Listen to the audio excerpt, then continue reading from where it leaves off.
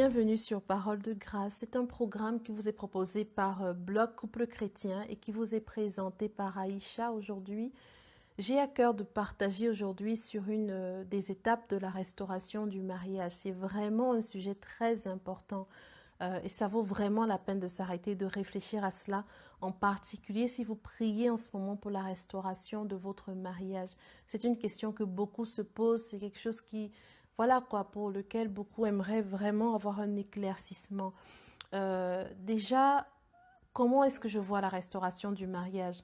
Je vois la restauration, la vraie restauration, la restauration durable du mariage comme un processus. Un processus qui comporte au moins 3 composantes majeures.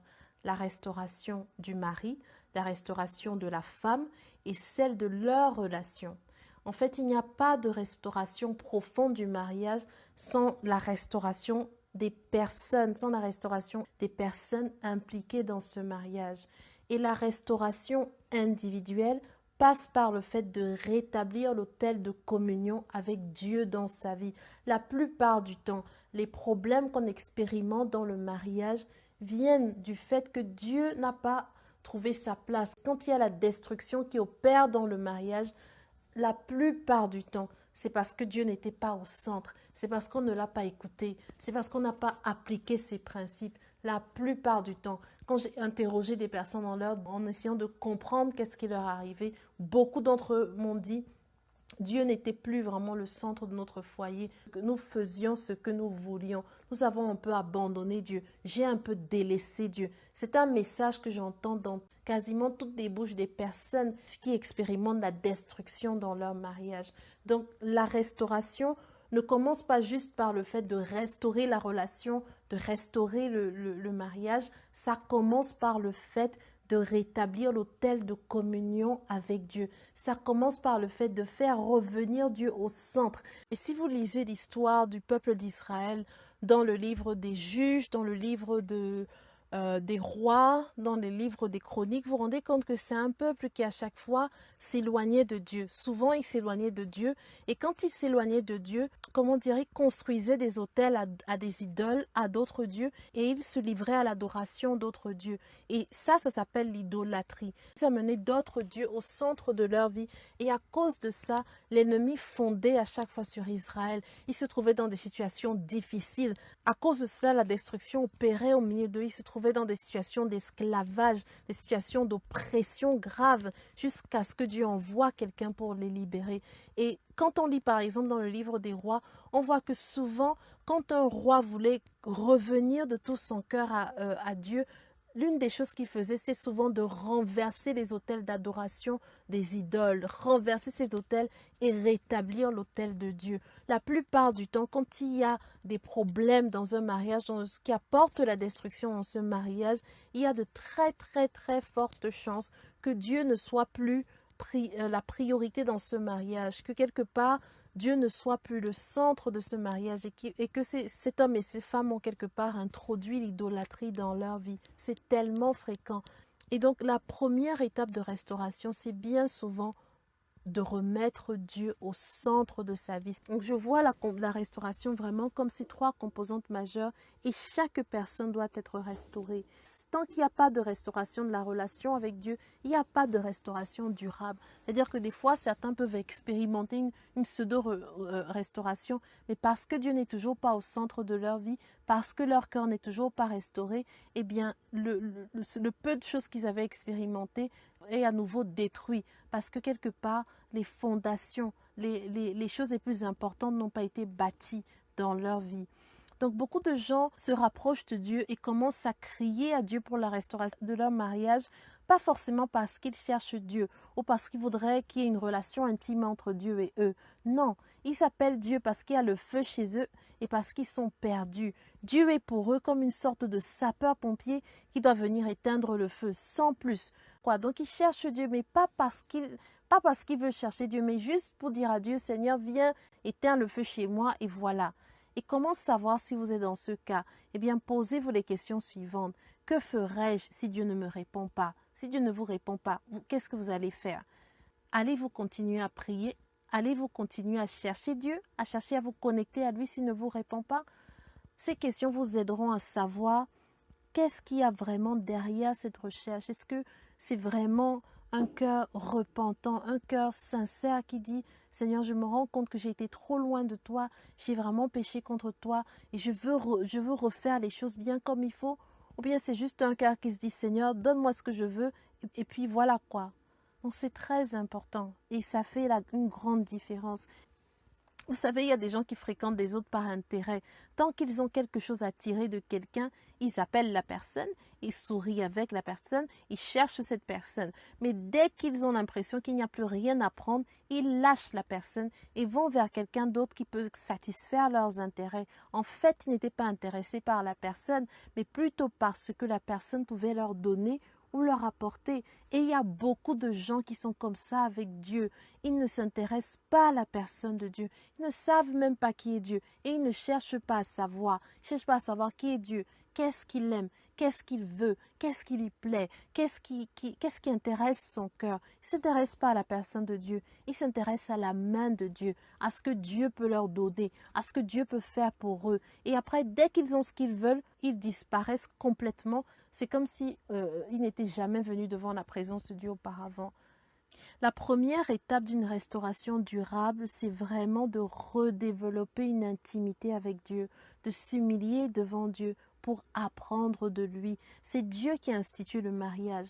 Il sait mieux que personne comment ça fonctionne et il est la personne la mieux placée pour nous enseigner les principes et les lois qui permettent de faire fonctionner le mariage et pour nous donner la capacité de mettre en pratique ces principes. La première étape de la restauration, c'est vraiment d'aller à Dieu, pas simplement pour lui demander de restaurer le mariage, mais surtout pour recevoir sa façon de voir les choses, de dire mais c'est vraiment d'aller à Dieu et de lui dire Seigneur, au fond, si on a échoué, c'est probablement parce qu'on n'a pas fait les choses comme on aurait dû les faire.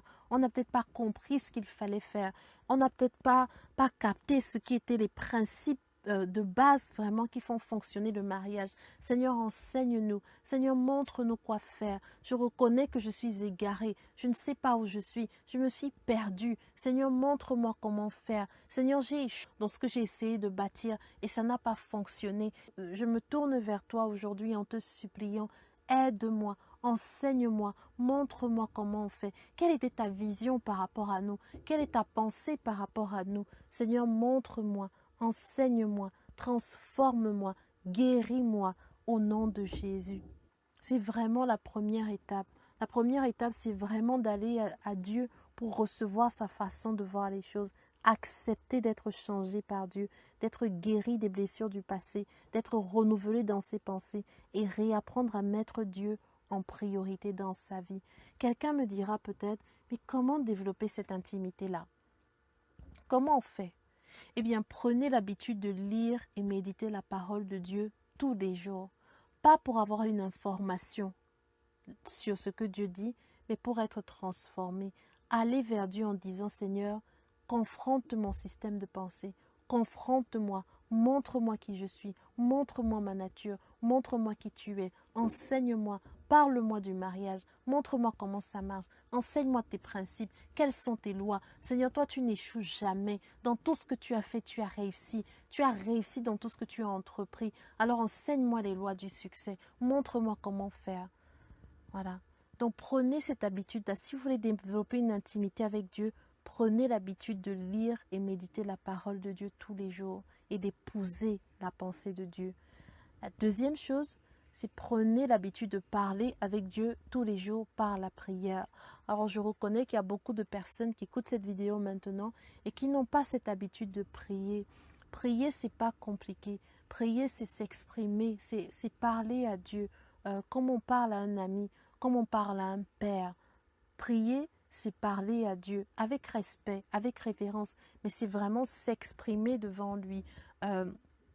Avec vos propres mots, présentez-lui vos besoins.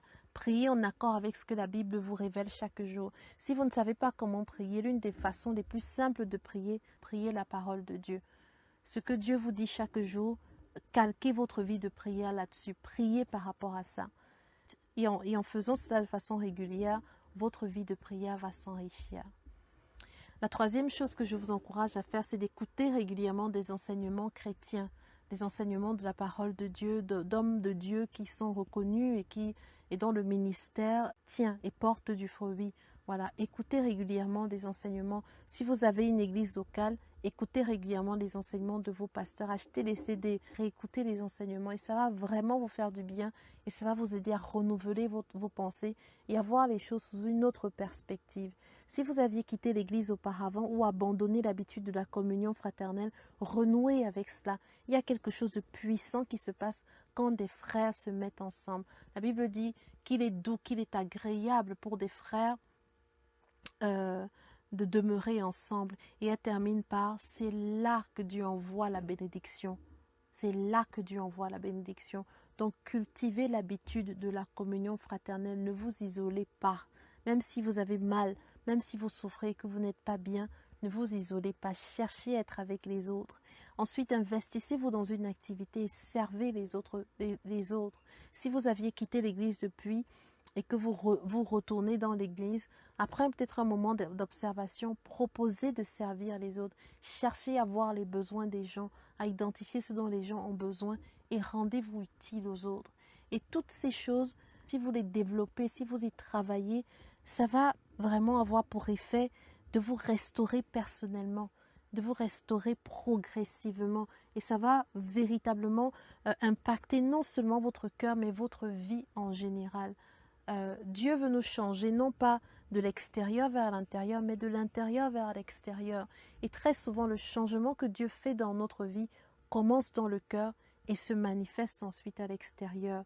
Toutes les personnes qui sont venues vers moi et qui ont appliqué ces principes ont vu de gros changements dans leur vie, dans leur équilibre intérieur. Et ces personnes s'épanouissent indépendamment de leurs circonstances. Dieu fait des merveilles dans leur vie et moi, je suis témoin de ce que Dieu fait pour eux. Dieu ne veut pas juste restaurer nos mariages. Dieu nous veut nous. Dieu nous veut nous. Mon frère, ma soeur, Dieu vous veut. Dieu veut votre cœur.